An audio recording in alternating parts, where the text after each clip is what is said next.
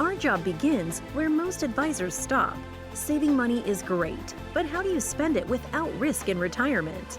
Welcome to Every Day is Saturday with Brad Gotto and Matt Stahl, partners and private wealth managers at Fiat Wealth Management.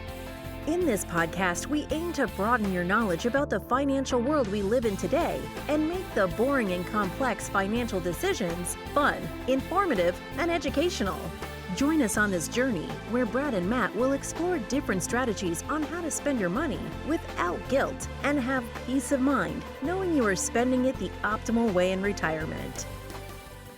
Hello, everybody, and welcome back to Every Day is Saturday. My name is Matt Stahl. I'm here with my partner, Brad Gotto, and we're super excited to be back with you here today. We're in part 3 of our 3-part series on the 3 biggest risks to retirement.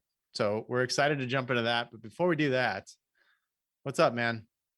I'm good. I know you didn't ask if I'm, how I am. No, I don't care how you are. But I'm going to take that as how are you doing? I'm really good. In fact, you and I have an opportunity later this week to step out of the office for a couple of days and really work on our business to try to be better for our families. And I really do love the opportunities that we have to step out of the office and kind of work on the business. And so we've got that coming up, and I'm just looking forward to that. That was my bud this morning, what I'm looking forward to. Well, now you have to say that because I said it. So I know. Well, you stole the thunder, man. What else am I supposed to say?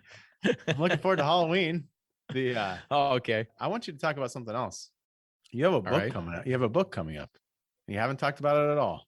Well, it's not done yet. 2021's been an interesting year for a lot of reasons, but it's also been a year that I've spent trying to write a book, and it's a much more daunting process than I thought it would be. Even though I have help, I thought if I had help, it would be super simple. It's not. But it's been a lot of fun, very educational process for me and what it takes. It makes me appreciate authors, even ones that are using writers and stuff like that. It's still a ton of work. It's coming. The manuscript is done. It's in editing, and then all these other little decisions that have to be made. So I'm hoping that come first quarter of 2022, I'll be a published author. Awesome. Does it have a name? It's all about parenting. No. Yes, it does. It does have a name. It's called Spending Money and Having Fun, Your Practical Guide to a Fearless Retirement. The first quarter of 2022. That's the idea. See, that's why I don't want to talk about it, because don't hold me to that, because you just never really know all these things. Don't put me in a box. The manuscript is done. The book is written, technically, it's just not in book format yet. And the editing thing, man, I just am not. Some people like write an email and they'll go back and read the email 3 times and just make sure there's no typos, do all that kind of stuff. That is not me. I'm the guy that writes the email, hits send. Yeah. I know.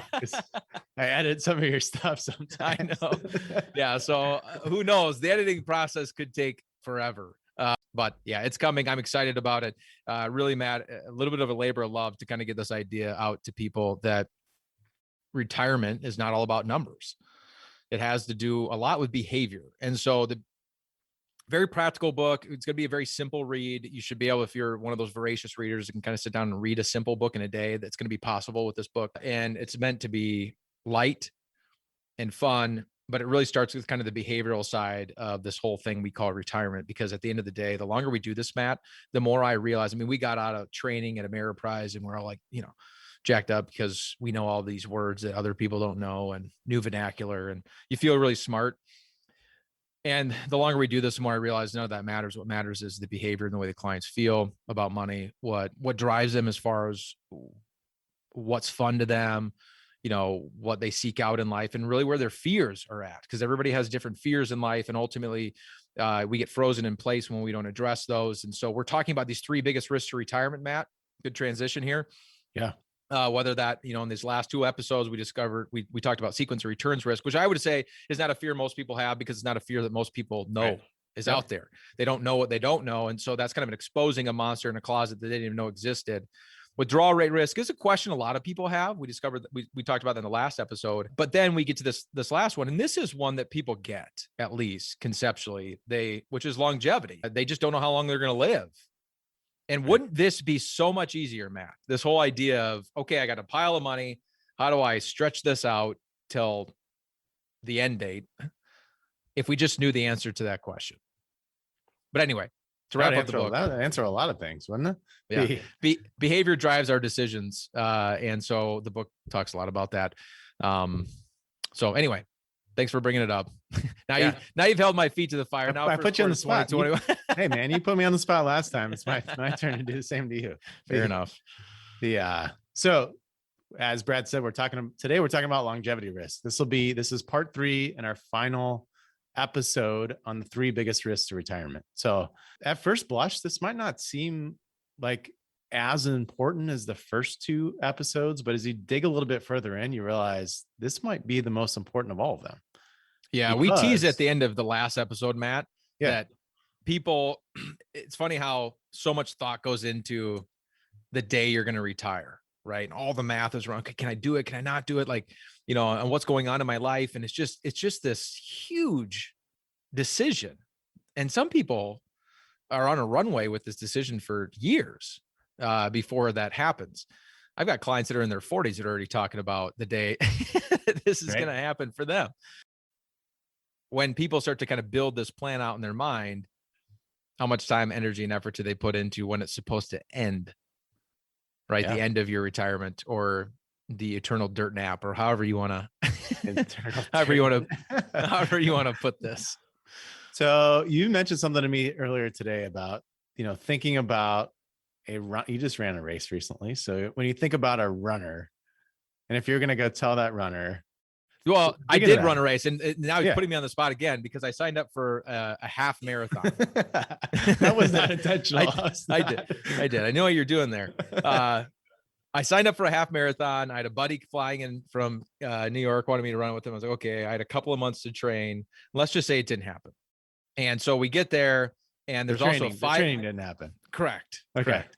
So we get there, and there's also a 5K going on. I was like, I'm just going to run the 5K because I don't have it in me to get this done. So the analogy I like to use with this is what you brought up, is this idea of running. And, if you're a runner and you're trying to prepare for a race and trying to plan for a race, what's the one thing that matters the most? How far are you going?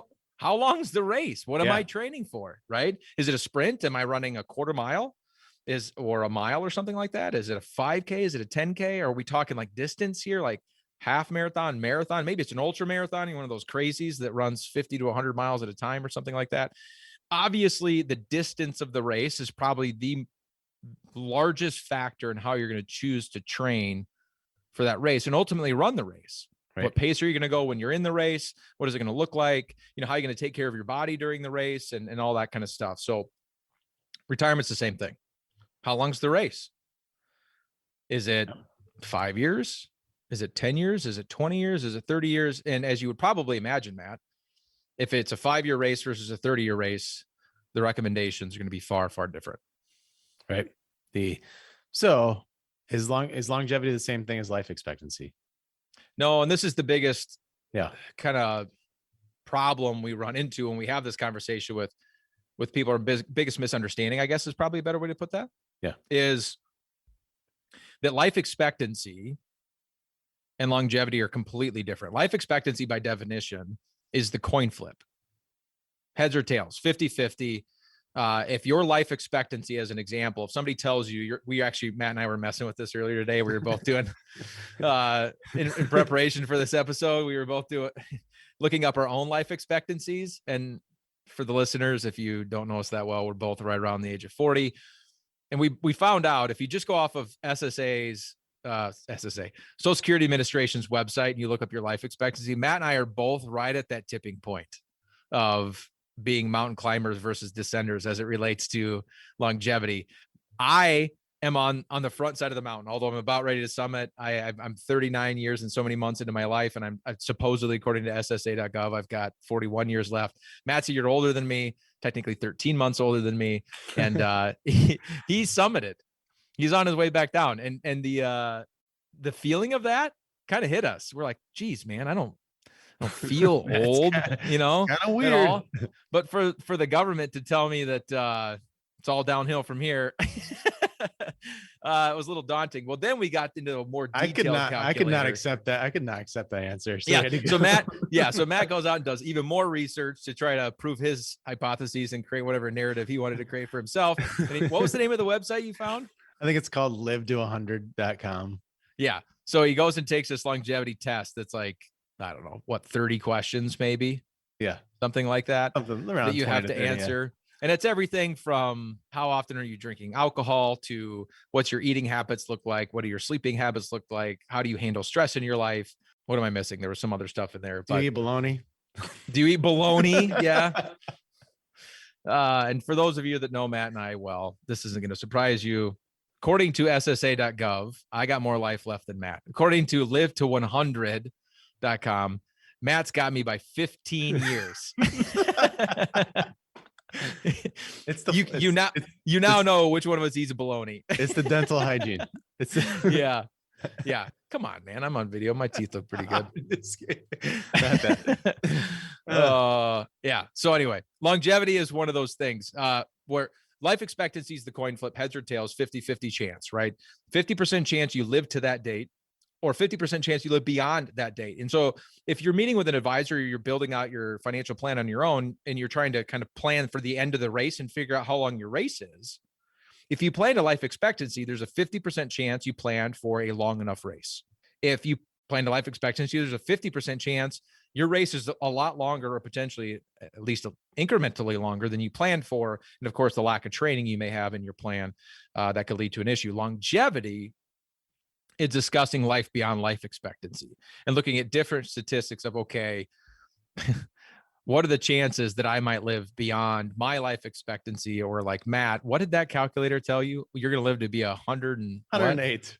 108. We found out today. Oh my gosh. I'm not so sure about that one. But that's an Old Testament character all of a sudden. 108. I hope you got a lot of money saved. Thanks for the segue. Yeah.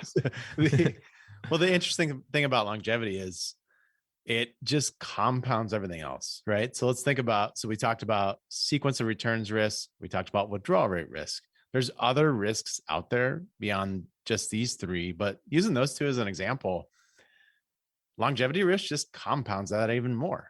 Like with sequence of returns risk, we're going to be on that roller coaster that much longer. So more opportunity to have the ups and the downs.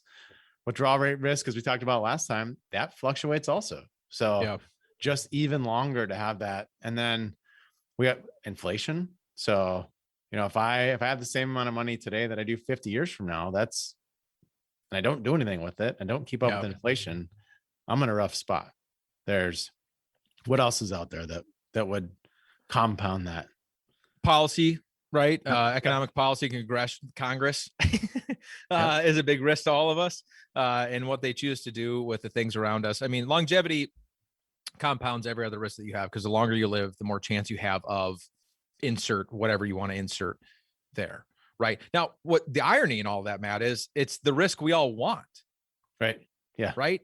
I mean, not all. Most. The vast majority of us aren't walking around hoping we're peeling out tomorrow or soon. We all want to live long, healthy lives, which means we're all asking for this risk. We want it. And so because we want it, Matt, and we want this for the families we work with. Ideally, we want all of our families to live whatever life they want to live, to be healthy when they're doing it, to have fun while they're doing it, and all these things. So what's the solution? Because when you look at statistics, Matt, if you plan beyond, before we get to the solution, let me give a little bit more context. We plan beyond life expectancy, and you're a 60-year-old couple. And we'll look at it from a couple's perspective. If you're married, 60 years old, you also have to think about like a joint life expectancy, because obviously you don't want all the income to shut off when the first spouse passes away. You want everything to last until spouse number 2 passes away. Joint life expectancy for a married couple age 60 is 94. 94, 50-50 chance one of the two of them is still alive at age 94, still needing income to sustain that household. Okay. So again, in that statistic, married couple, one of the spouses has passed away, but the other one's still alive. 50-50 chance, that's 94.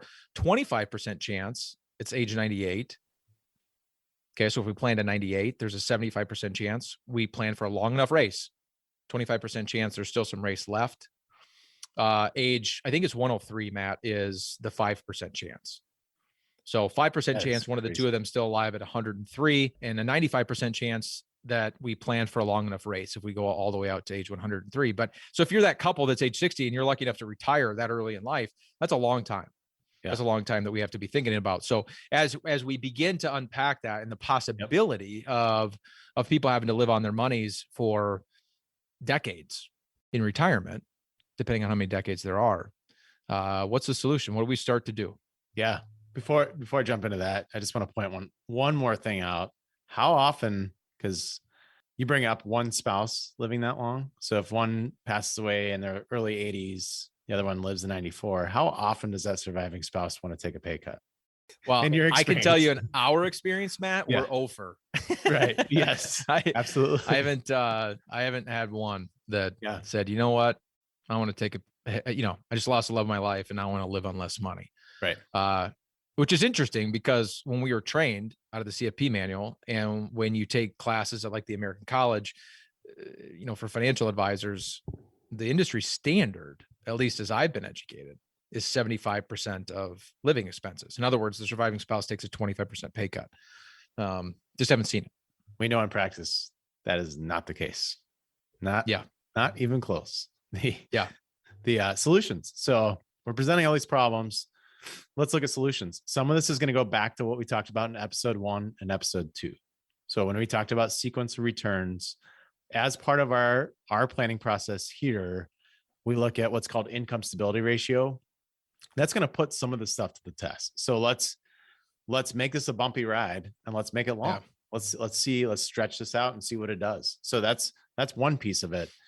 What we talked about last time is thinking about silos. I say silos, you say buckets, but thinking about, when are we going to spend this money? So if we're retiring at 60 and we're expecting to live 94 plus, possibly, that's money we might not spend for 34 years plus.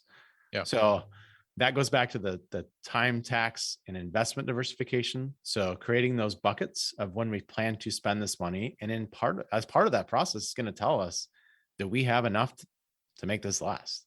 Can we ride out the ups and downs? Now, in some instances, we'll run into people that we would call them self-insured from a longevity standpoint. I mean, how many times we've run into people that we've told them they could go bury their money in the backyard, pull out a certain amount of money each year, and they're going to be just fine, barring the financial system collapsing, right? They're going to be just fine. As long as the sun rises and sets, right? Right. In that instance, they're self-insured from longevity, from withdrawal rate risk, from sequence of returns risk. In most cases, that's not true. In a lot of cases, folks are not self-insured. So in those instances, we're going to look at those buckets. We're going to create a strategy. And then as part of that, sometimes guaranteed income ends up being a portion of that. Yeah. So, and that can be going to an insurance company and creating a stream of income that we're not able to outlive. And I'm treading in your territory. That's where you're an expert. So, well, yeah. And at the end of the day, you mentioned some big words there, income stability ratio. That's just a fancy way for us to figure out, with longevity. One of the things you have to figure out, and every retiree, regardless if you're planning for longevity and try to figure out how long your race is, how much of your income that you need or want in retirement is coming from guaranteed buckets, and how much of it are you going to pick up the tab for with non-guaranteed buckets. Yep. And that really is 3 things. There's really only 3 things that fit in the guarantee. Well, 4, you can make an argument. It's your Social Security paycheck, any pensions that you may or may not have, cash, and income streams from insurance companies, also known as annuities. That's it. And you may hate all of those things. You may love all of those things. That's not the point. The point is, if you want income that you can't outlive, no matter how long the race is, those are your options. Now, obviously there's problems and, benefits and pros and cons, I guess I should say, to all of those things. Social Security, there's pros and cons to that, pensions, annuities, cash. This isn't the episode for that, but you should figure that out, because the amount of your income coming from these sources is really going to help stave off longevity, because they're all guaranteed until you die. And so Social Security kind of maximization analysis, figuring out based on longevity in your life, how old you are, when you should take Social Security, how that overlays with the rest of your investments. That's important. because the Totally. later you take it, the bigger that payment is. And that can have a really significant impact on longevity. So if we're really planning on a long race for you, delaying Social Security may be a really important decision for you, or delaying a pension payment. If there's a significant gap in age between, if you're a married couple and there's a significant gap in age or significant gap in longevity in the families or just something like that, and figuring out how to take Social Security might affect your surviving spouse. How to take that pension may affect your surviving spouse. All of that stuff matters in planning for longevity. That's all on that kind of that non-risk side that you discussed with this income stability ratio, as we like to call it. The other side, it's do you have it? We ask that question all the time. Do you have it? Are you diversified from an investment perspective, tax perspective, and time perspective? If you don't have it, then you could be in, something like longevity could be a larger risk to you than it needs to be. And lastly, and this sounds like a ridiculous solution when I'm going to verbalize this, the listeners may be like, well, duh, Brad. But I brought this up at the beginning that people don't do this. Even though it seems really obvious, it doesn't ever happen. Let's sit down and talk about it. When do you think your retirement's going to end? How long do you think this race is going to be? What does your family health history look like? What does your health look like today? And couple all of that. Do you eat bologna? Knocks 15 years off your life, evidently. So if you're like me and you don't want to live to 108 and you don't eat bologna, you should eat bologna. Oh, man.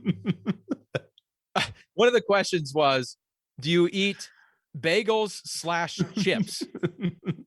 What? Bagels and chips? That's the category? That's what knocks 18 years off my life? Oh, man. I felt... Now, of all people that I had to side by side that test with, you're probably the worst one. Because you work out constantly, you eat like an Adonis. Like 108. You probably broke their system. That's probably the oldest anybody's ever had. So anyway, we'll make all of you take this test, and then we can tell you what to eat and what not to eat to dial into whatever age you want to die at. Don't eat bologna, whatever you do. Yeah. I think chicken nuggets was on there too, wasn't it? Those hot dogs, chicken nuggets and bologna. Can you imagine what would be happening if they put Spam on there? Now we're probably gonna get sued by Spam. Bottom line is we gotta have a real practical conversation about the end of the race. And it's not a fun conversation, which is why nobody has it, right? Nobody wants to sit down and think about but at the end of the day, none of us have beat this yet. It's going to happen. And the best thing you can possibly do is think about not just plan for when you're going to start this race, but how you're going to get all the way through it and ultimately when it's going to finish. Awesome. Anything you want to add to that? You tied a bow on. I don't know what else to say. Even though I eat bologna, sometimes I get things right. Even though you eat bologna. I actually don't. I can't remember the last time I had bologna. They still make bologna, don't they? I think so. Yeah. What's the bologna with the green olives in it? What's that called? You know what I'm talking about? I know what you're talking. I know exactly what you're talking about. Mortadella. It's mortadella. Oh, there you go. That's what it's called. As always, guys, thanks so much for listening to Every Day is Saturday, whether you eat bologna or not. We love you for listening. If you want to reach out to us here at Fiat, you can find us on our website, www.fiatwm.com. Please subscribe to our podcast if you haven't done so already. And if you don't want to miss an episode, we'd also love it if you'd share it with your friends and your family. I'm Brad Gotto, guys. I'm here with my partner, Matt Stahl. Again, thank you so much for joining, and we will see all of you next Saturday. But we don't record the podcast on Saturday. When are we going to kill this joke? See you next time, guys. Thank you for listening to Every Day is Saturday. Click the subscribe button below to be notified when new episodes become available. The information covered and posted represents the views and opinions of the guest and does not necessarily represent the views or opinions of Fiat Wealth Management or Foundation's investment advisors. The content has been made available for informational and educational purposes only. The content is not intended to be a substitute for professional investing advice. Always seek the advice of your financial advisor or other qualified financial service provider with any questions you may have regarding your investment planning. Investment advisory services offered through Foundations Investment Advisors, LLC, an SEC registered investment advisor.